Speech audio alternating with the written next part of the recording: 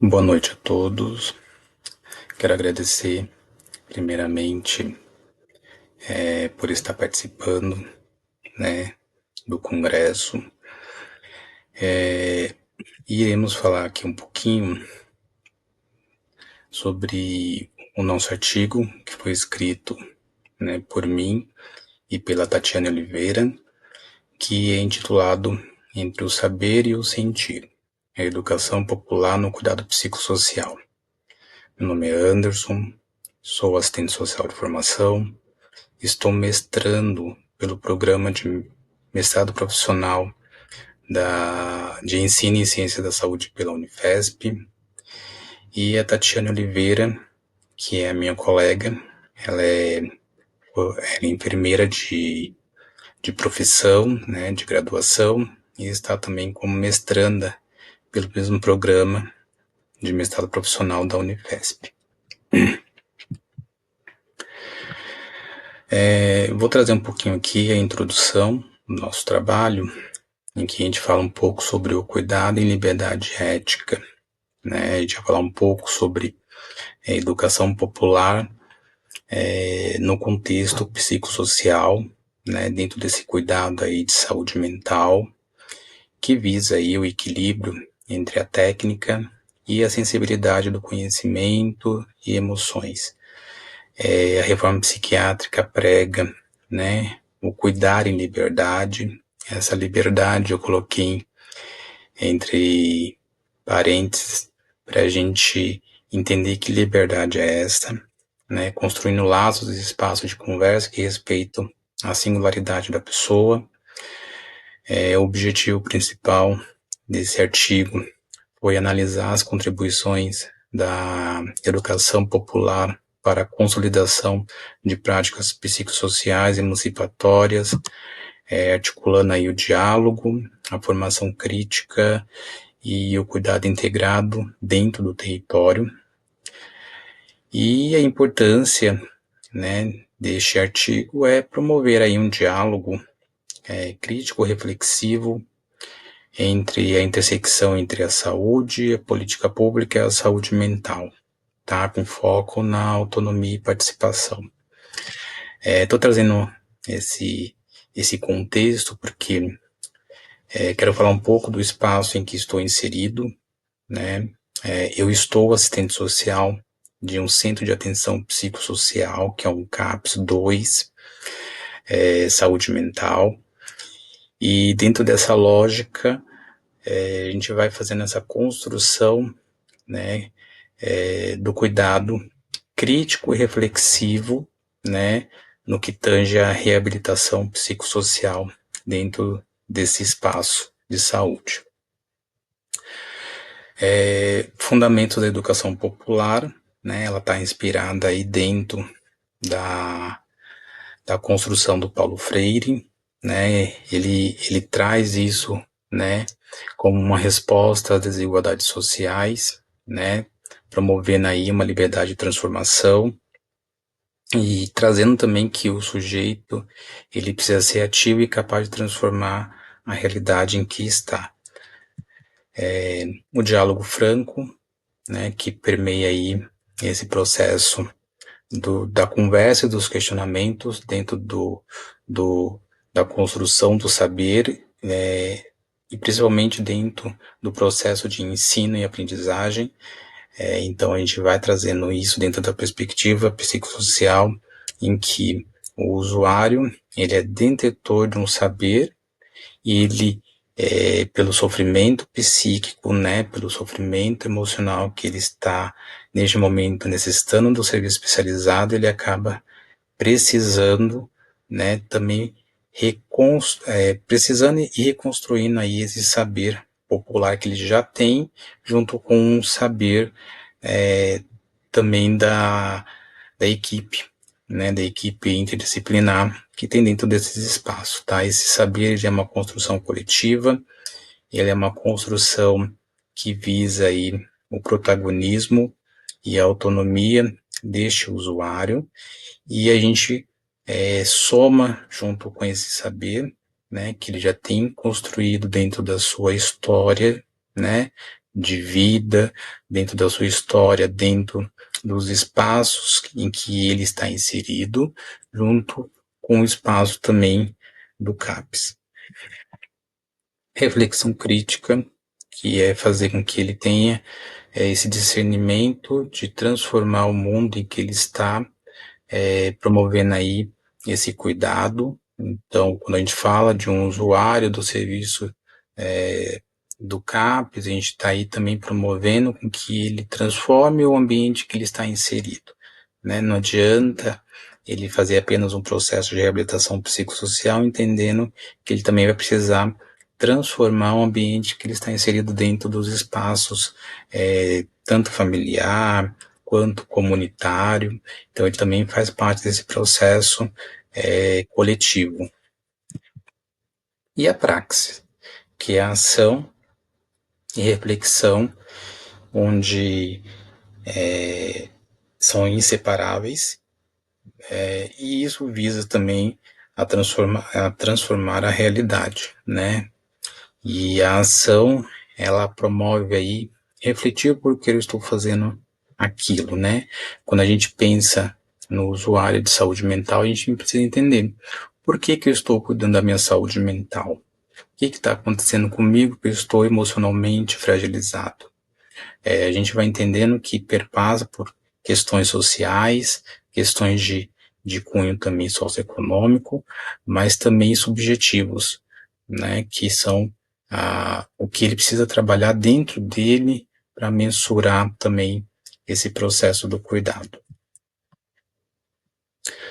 Educação popular em saúde e a reforma psiquiátrica, ela vem aí com o intuito de fortalecer o vínculo entre profissionais e usuários, valorizando, né, é o que a gente busca sempre, valorizar o saber popular e questionando aí o tecnicismo, né, quebrando um pouco aí essa construção tecnicista.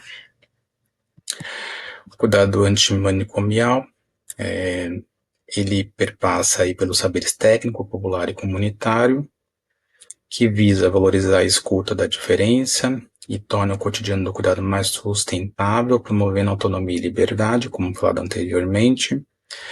A educação popular em saúde produz cuidado e conhecimento, não apenas metodologia de ensino, e que visa aí o protagonismo, né? Eu acho que isso que a gente promove quando a gente fala de reabilitação psicossocial, que é fazer com que o indivíduo se torne o próprio autor, né, da sua mudança, da construção do seu cuidado, isso em conjunto, não somente com os profissionais do CAPES, mas também com toda a rede intersetorial, com a rede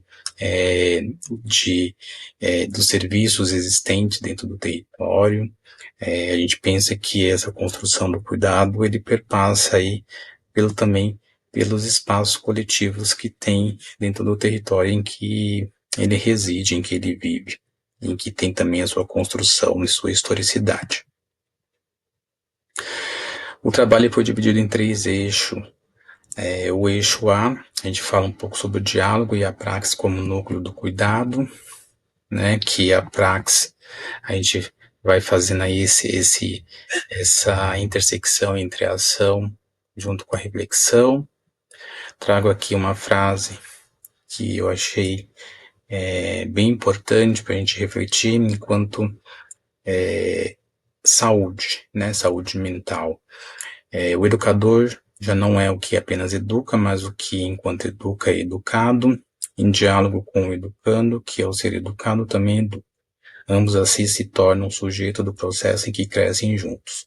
Essa frase é do Paulo Freire, e quando eu falo sobre essa construção conjunta, né, entre o educador e o educando, e dentro do serviço de saúde entre o profissional e o usuário, a gente perpassa aí sobre um processo do diálogo que permeia essa construção de valorização, né, da educação que ele foi tendo na sua construção de vida. Porém, né, a gente também aprende muito com esses usuários, quando a gente devolve para eles o sentido do que eles trazem para a gente, né? E isso, ele envolve aí, principalmente afeto, né? Quando a gente fala de escuta qualificada, de atendimento humanizado, a gente vai falando de um processo aí de cuidado afetuoso também.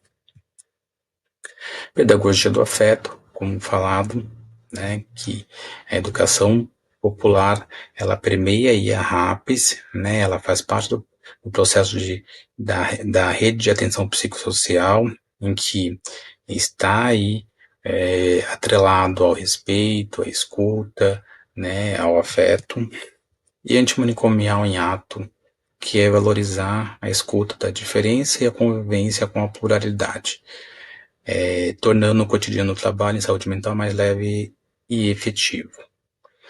O afeto ele faz parte do processo do cuidado. Um segundo eixo, que é o eixo B aí, que é educação popular como resistência ao tecnicismo, que é romper aí com a lógica neoliberal e visando aí a emancipação e a transformação social. Também vindo aí de encontro ao movimento contra-hegemônico, que busca aí a luta contra o conservadorismo e o neoliberalismo, que promove aí a organização e a conscientização popular, a praxis e a conscientização, que é uma conexão inseparável entre teoria e prática, que valida o conhecimento para transformar essa realidade, e a educação popular em saúde, que vai além da técnica, né, que é a política que valoriza o saber popular e a participação, opondo-se ao uso exagerado da tecnologia na saúde. A praxis como ferramenta de emancipação, ela faz com que a gente reflita essa construção coletiva do conhecimento, e quando a gente pensa em CAPES, a gente pensa em um serviço coletivo em que ele está inserido junto com outros profissionais, né, de diferentes áreas, mas também junto com outros usuários, né, essa construção perpassa também por essa construção desses vínculos entre os próprios usuários, né, em atividades coletivas ou até mesmo no espaço de ambiência que tem dentro do serviço do CAPES. E também temos aí os desafios que permeiam aí o conservadorismo, né, a falta de recursos, e a gente, quando fala de conservadorismo, a gente vai entendendo que a saúde mental ela sofre ainda um preconceito bem importante na sociedade contemporânea, estigmas, e a educação popular é fundamental para impulsionar mudanças e lutar pela igualdade e dignidade de todas as pessoas. Por último, aí temos o eixo C, que é educação permanente, para práticas emancipatórias. Educação permanente em saúde ela é crucial para o avanço da atenção psicossocial. Ela exige que profissionais desaprendam modelos hegemônicos e reflitam criticamente sobre seu trabalho. A gente vai falando muito dessa questão da construção do saber a partir de uma melhoria da assistência, né, promovendo aí, junto a esse usuário, um entendimento para que ele crie esse protagonismo e essa autonomia, o desaprender modelos hegemônicos e rígidos. A gente vai entendendo que a saúde, não somente a saúde mental, mas a saúde enquanto um todo, ela precisa aí quebrar essas amarras medicocêntricas e também apenas vinculada ao uso da medicação. A medicação ela faz parte do processo de cuidado, mas ela não é a resolução total, né, da problemática. A gente precisa entender que o usuário ele precisa trazer esse processo de reabilitação baseado também no fortalecimento psicossocial, né? A gente vai entendendo sobre vinculação dos espaços da rede. Então a gente vai entendendo que a subjetividade ela perpassa também por quebrar esse processo, né, rígido do cuidado, mas também promover aí um cuidado nessas subjetividades que o usuário tem. O trabalho interdisciplinar, que faz parte dentro do serviço de atenção psicossocial, que visa aí, né, as diferentes áreas entre si, promover aí um cuidado integral e valorizando aí a individualidade de cada pessoa, né? A gente vai entendendo que cada pessoa tem uma história, tem uma vivência, e a gente precisa entender que nenhuma história é igual à outra, apesar de se imbricar nas questões sociais em que elas estão inseridas dentro dos territórios. A formação crítica e a emancipação, ela permeia aí que os sujeitos estejam envolvidos numa linha, né, de escuta e também de corresponsabilidade, visando aí que o usuário ele é responsável por si, né? A gente precisa entender que ele é o todo do seu cuidado, então ele também é corresponsável pela sua condição, né, de melhoria do quadro, né? E a gente também vai falando um pouco que a educação ela permeia a emancipação, onde a gente vai fazendo com que os indivíduos autônomos eles acabam sendo transformadores e das contradições da realidade social em que muitos desses usuários estão, né, inseridos dentro desses territórios, tá? É preciso questionar e construir conceitos e práticas históricas para garantir o direito da cidadania e evitar políticas assistencialistas. Essa frase do Medeiros ela traz aí como principal contexto que é a transformação. Quando a gente pensa em desconstruir conceitos, a gente está pensando aqui em transformar. E eu faço uma analogia aqui sobre a transformação, né, de uma lagarta que vira pupa e que vira borboleta. Então a gente vai entendendo que desconstruir conceitos e práticas históricas é uma forma também de evitar políticas assistencialistas, né, permeando aí política, políticas sociais e políticas públicas que visem, né, a emancipação também. Quando a gente pensa em saúde mental, a gente precisa também de políticas para além de dar apenas uma assistência, mas que promova também a emancipação da situação em que ela está inserida. Considerações finais: cuidado educativo e libertador, a articulação entre educação popular e atenção psicossocial, itinerário ético, político e emancipador. O cuidado só é libertador quando também é educativo, participativo e afetivo. Volto novamente a falar sobre a questão do afeto. Isso faz parte do processo de cuidado, e o cuidado ele exige aí que seja participativo. Trago aqui pontos importantes nas considerações finais sobre o diálogo e a praxe, educação popular como resistência, educação permanente, né, como também práticas emancipatórias. São 3 eixos que trabalhamos de forma um pouco mais profunda no nosso artigo, para que a gente traga isso, né, tanto a educação popular quanto a educação popular em saúde, até mesmo agora educação permanente, como construção, né, de cuidado educativo e libertador. É imperativo defender a educação popular, né, em saúde, na formação e nas práticas e nas políticas públicas de saúde mental. A consolidação dessa perspectiva depende de vontade política e de uma formação crítica, alinhada com a ideologia freiriana. Um pouco das referências bibliográficas que foram usadas no trabalho, né, no artigo, e também aqui na nossa apresentação. Deixo aqui meus agradecimentos e trago aqui 2 pessoas para a gente pensar, né? Pensar e refletir o quanto que acabam uma fazendo construção com a outra, né? Nesses 2 raciocínios aqui. Uma é da Nice da Silveira, né? Que diz que o que cura é o contato afetivo de uma pessoa com a outra, o que cura é a alegria, o que cura é a falta de preconceito. E o Paulo Freire, que vem trazendo aí que a educação não transforma o mundo, educação muda pessoas, pessoas transformam o mundo.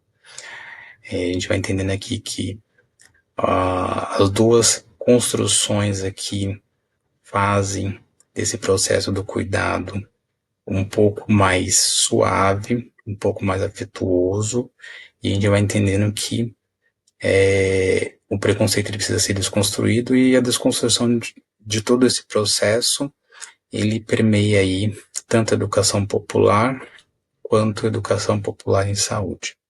Quero deixar aqui meus agradecimentos e até a próxima oportunidade.